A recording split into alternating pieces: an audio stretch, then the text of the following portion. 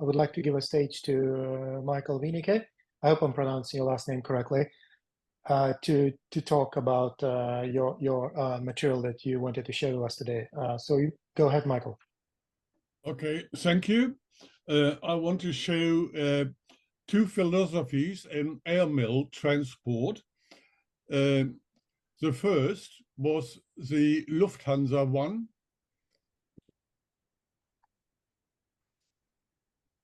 They relied on catapult float planes. Mail went from Berlin via Lisbon alongside the western coast of Africa down to Bathurst in Gambia. In Bathurst, a float plane was waiting, bringing the mail to the catapult ship Westphalia that was moored in the center of the ocean. On the catapult ship, a second float plane was waiting, taking over the mail and bringing the mail up to Southern America. The competitor to Lufthansa was Aeropostale. They had a different philosophy. They used long-range planes like the Farman 220. The Farman 220 originally was designed as a long-range bombing plane, but was then new designed as a long-range mail plane. And they took a different line from Paris via Marseille to Northern Africa, again alongside to the western coast of Africa to Dakar. From Dakar, the planes, either the Farman 220 or the Latécoère seaplane, a floating plane, flying boat, went over to Southern America, and then Aeropostale brought down the mail by their own line to Buenos Aires and further down and across Southern America. Well, this is the Lufthansa transport, as you can see by the cancellation. This is mail from Kaunas to Southern America to Sao Paulo, and it was posted in Kaunas on 6th of December 37. It went to Berlin, received the Berlin transit cancellation SW11, dated 7th of December. And this is a very special cancellation because Berlin SW11 was a hidden censor by Gestapo. From Berlin, the letter was sent to Frankfurt Main to meet the Lufthansa plane 303, plane named Karlsruhe. It started in Frankfurt on the 9th of December, met Lisbon again on the 9th of December, Las Palmas on the 10th of December, and arrived in Bathurst in the African western coast on 10th of December too. On 11th of December, the floating plane started from Bathurst to the catapult ship Westphalia, where it arrived on the 11th of December. The waiting floating plane on the catapult took over the mail and started in the direction of Fernando Po, where it arrived on the 11th of December. In Fernando Po, the mail was taken over by Condor Limitada and was flown via Rio de Janeiro, dated 11th of December, to Sao Paulo, where it arrived on the 13th of December. Unfortunately, no receiving mark. The cover was framed with a 8.35. That was 60 cents for foreign mail, 60 cents for registered mail, and 7.5 for the Airmail supplement.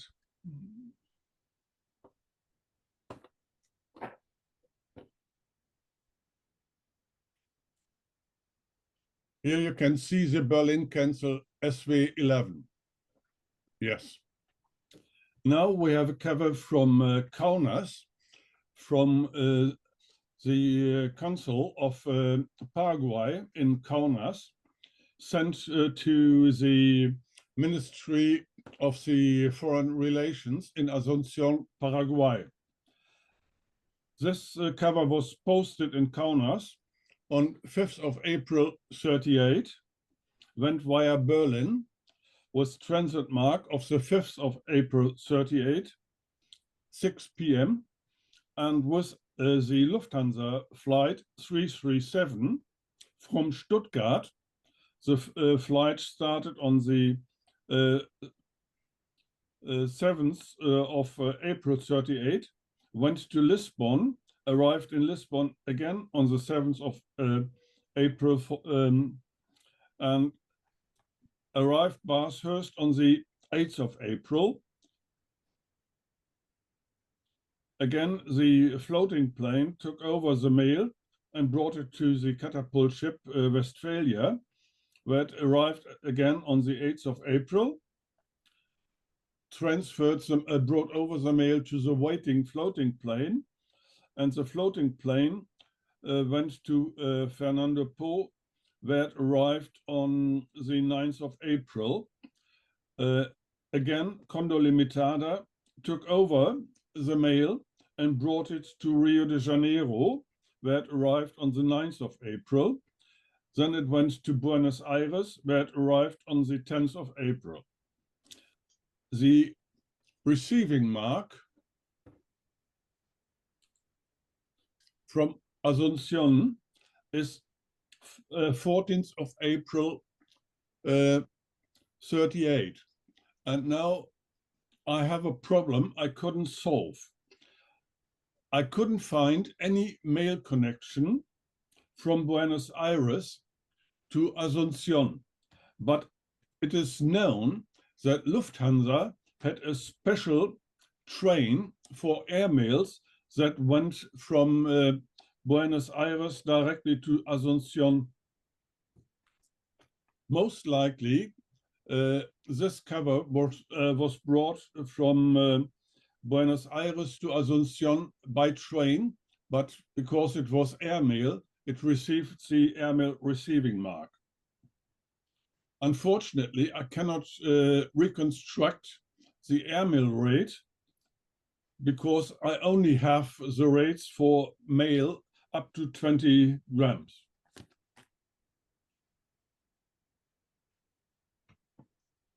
Well, now I want to show, as said, the Aeropostale did the crossing of the Atlantic by one step without catapult flight. And this cover was sent from Klaipėda, 17th of March 39 to Buenos Aires. But as we know from Klaipėda, there was no direct airmail connection to Germany. Because of that, the mail travels by train with the train from Marienburg to Eidkuten. This train was a train we call the Corridor Express because this train crossed the Polish corridor. Then it went to Königsberg, and the connection train from Königsberg brought the mail to Berlin. Airmail only started in Berlin. This letter was brought via London to Paris, where it arrived on the 19th of March 39. and was brought on the 19th of 39 was a plane of the type Farman 220 called Wilde Mendoza via Dakar to Natal, and from Natal it was flown by Aeropostal down to Buenos Aires. Again, the cover is franked with 23.90 liters, but as said, I do not have the rates for letters higher than 20 grams. Again, Aeropostale also flew to Southern America after the beginning of the war. Here we have a cover posted in Palanga on the 1st of February 1940. The cover went with Lietuvos Oros at first to Sweden, and from Sweden to Marseille, via Amsterdam to Marseille. In Marseille, the cover was brought on the flight of the Aeropostale with the plane called Wilde Montevideo, which started on the 25th of February 1940. This flying boat arrived at Buenos Aires on the 28th of February 1940. The Argentinian receiver mark, unfortunately, doesn't show any date, and again was 17.90 liters. I cannot say if it is the correct franking, but I think because there's no hint of philatelic influences. Well, these are the Atlantic flights, and well, one of my favorites indeed is the Australian line, as we have here. This is a cover I love very much because on the rear it shows its history. This airmail, registered airmail, went from Kaunas, where it was posted on the 2nd of February, and is franked with 18.70 liters. Most likely it was 130 for foreign mail up to 16 gram, plus 16.80, 6 times 2.80 airmail extra. The transit cancellation from Berlin is dated 4th of February 39, 6 p.m. Now, from Berlin, this cover did not went the usual way with the so-called Reichspostflug directly to Athens to meet the Imperial Airways station. Contrary, it went to Rome, and from Rome to Brindisi, where it arrived on the 6th of February 39. Brindisi in those days was the important station of Imperial Airways. In Brindisi, mail was handed over to the Imperial Airways flight SE-84 with a float plane, with a flying boat called Ceres. It went via Athens to Karachi, where it arrived on the 9th of February. Mail was transferred to a plane with the name Challenger, again a flying boat. This plane left Karachi on the 9th of February 39 and arrived in Darwin, transit mark from 12th of February 39, and was then brought via Sydney, where it passed Sydney on the 15th of February to Canberra, and it arrived on the 15th of February 39. With the rate of 1870, this again is one of the high frankings of Lithuanian airmails. Well, the last cover I wanted to show is a cover that has more question marks, I can say. This airmail cover was posted in Vilnius and was addressed to Melbourne. It was posted on the 8th of April 1940. War had started. The cover first went by airmail with Lithuania's Oros to Stockholm, and from Stockholm was the Swedish mail to London. No transit marks, nothing. I assume the cover could arrive in London about 10 days after posting. And because of that date, 18th to 19th of April, this cover could have been flown by Imperial Airways flight SE239 with a plane called Camilla on the 18th of April 1904. From Poole, this flight could cross France to Marseille, and because Italy wasn't at war in those days, it could still use the normal airmail route of the peacetime period via Brindisi to Athens and then to Alexandria. The flight SE239 arrived in Sydney on the 29th of February 1940.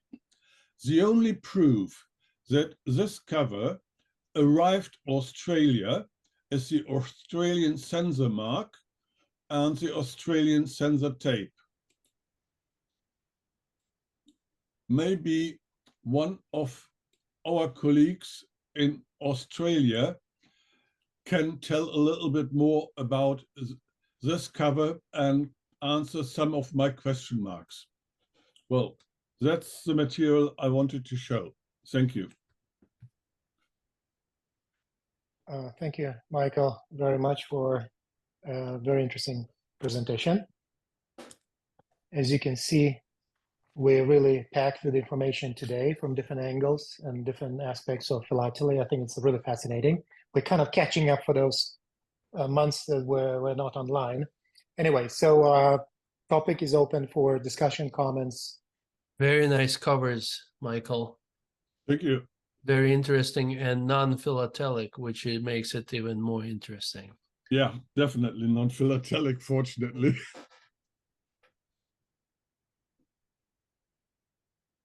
To be honest, this is the first time I see such a high postage paid for these. I mean, for airmail covers. I don't remember my record before that was like 7 or 8. So this is definitely, you know, was it 17, 23, 24? It's just fascinating, and the routes are absolutely fascinating. Thank you. Well, the stupid thing was, my first cover I was bidding was the Australian one, because by one hand it showed a 10 liters stamp I didn't have in my collection in those days, and it had the transit marks on the rear where you could exactly know how this cover run. But then I saw some more on German auctions, and I started, well, bidding on any cover I saw with 10 liters cancellation. The one to Paraguay had a quite interesting story because the estimate in the Gärtner auction looked a little bit high, not to say very high, and therefore I didn't place a bid because I was convinced it will not sell at that price. And when the auction was finished, The next day I phoned and asked, is this cover still available? Yes. And I said, okay, your price is absolutely crazy. My maximum price is that. And the lady said, okay, I can't agree to that price. I have to say, Mr. Gärtner. And then Mr. Gärtner came to the phone and he said, yes, okay, I can accept that price. And I said, okay, send it, I will transfer the money. About an hour or 2 hours later, the lady from Gärtner called again. There was someone from the States who also wanted to have the cover. Unfortunately, it was sold to me, but this collector urgently asked for this cover, and they asked me, do you want to quit and that we can sell it to the collector in America? I said, no, I need this cover. And it was Raimundas Lappas who also was interested. But I was about 2 hours earlier than he. Okay, that's the story of the Asunción cover.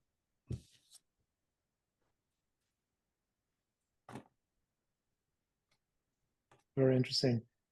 Michael, I would encourage you to write it up if possible as a short article to describing at least the routes and illustrate, because I don't remember seeing this material in any of my recent readings. Maybe Vitaly, you've been probably following Airmail topic quite for a while, but for me at least it was quite a I interesting and new have, information. but what's fascinating to me is the exact names and dates that Michael has for the planes. I don't have that. I just know the routes, but not the specific dates when the flight took place and things like that. Well, there is a very good literature from a man, called Edward B. Prout. It is a 3-volume booklet with the transatlantic Pacific mail, the African mail, the Asian mail, and well, it wasn't cheap. Must say it was damn expensive, but it is very helpful because it gives the dates of the flights of many airmail societies. And then there is a second very important source for airmails.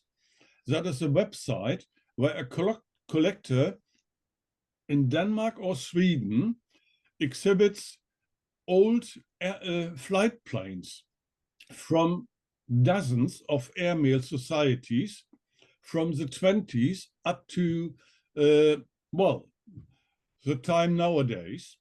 And many of these flight planes are pictured with the full contents, where you can recognize on which day a special flight took place, how the line run from airmail, from airport to airport until its destination. This website is called Timetable. If you will look with Google for timetable.com. Just a second, I can maybe tell the exact one. It's timetables images.com. It is indeed very helpful to decipher airmail material.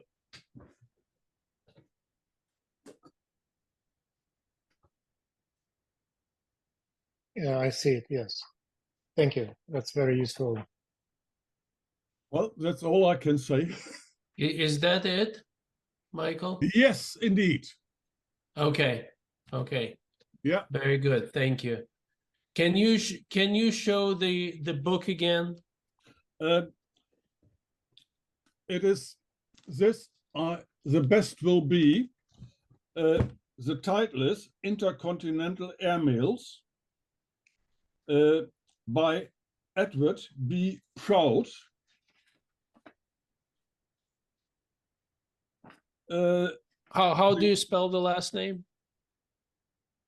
Proud.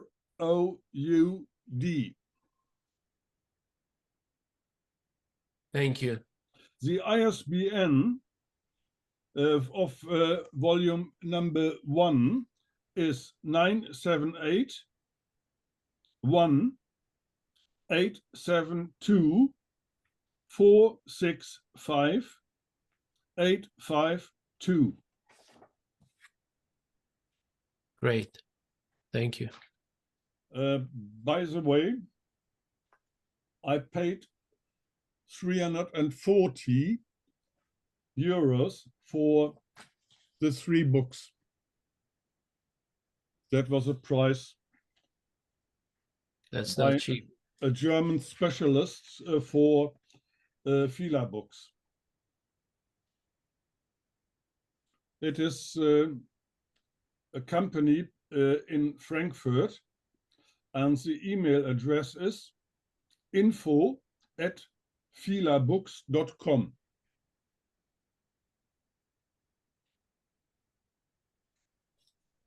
I think I may have purchased from them before. Yeah. Yeah. It now has a new owner because Mr. Schneider was fallen ill and he couldn't run his business anymore.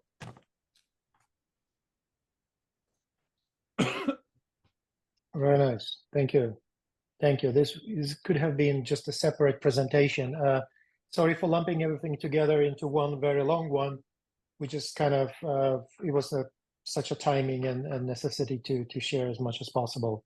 Hopefully we'll keep our next future presentations a little bit shorter. May I ask one question? Yeah. About, as you mentioned, Gestapo censorship mark SW11. Yes. Is it often on covers? It is on the rear of the cover. It's it looks like the standard transit mark from Berlin, but it is known from our sensor collectors that Berlin Southwest 11 with the code AQ or AG, just a second, AG was used by the Gestapo for covered sensors of foreign mails. Okay. Thank you very much. I found on few my covers, Airmail covers as well. Yeah, if it is the periods of well, pre-war. Pre-war, yes. Yeah, then it is not unusual, but the only problem is you must know it. And I didn't know it by myself. I only was told by a sensor mark collector. Thank you. Thank you for information. All right. At one point we were 26. Now we're down to 17. I understand if other things on people's mind on the weekends, on the Saturday evening. Anyway, I guess I will officially wrap up today's Zoom meeting. Thank you very much for each speaker for a wonderful presentation. It's a lot of different dimensions and information to process. It is possible that we'll come back to the Airmail topic sometime in the future. Vitaly showed kind of interest to perhaps to lead the further discussions on this topic. So if you feel like you want to do that, Vitaly, let me know. I understand. Not anymore. I need to find that book first. Okay, sure. I understand. But anyway, so thank you very much for everyone who joined us. If anyone wants to stay and chat, I'll be online for a while. And I hope to see you in December, and have a good weekend.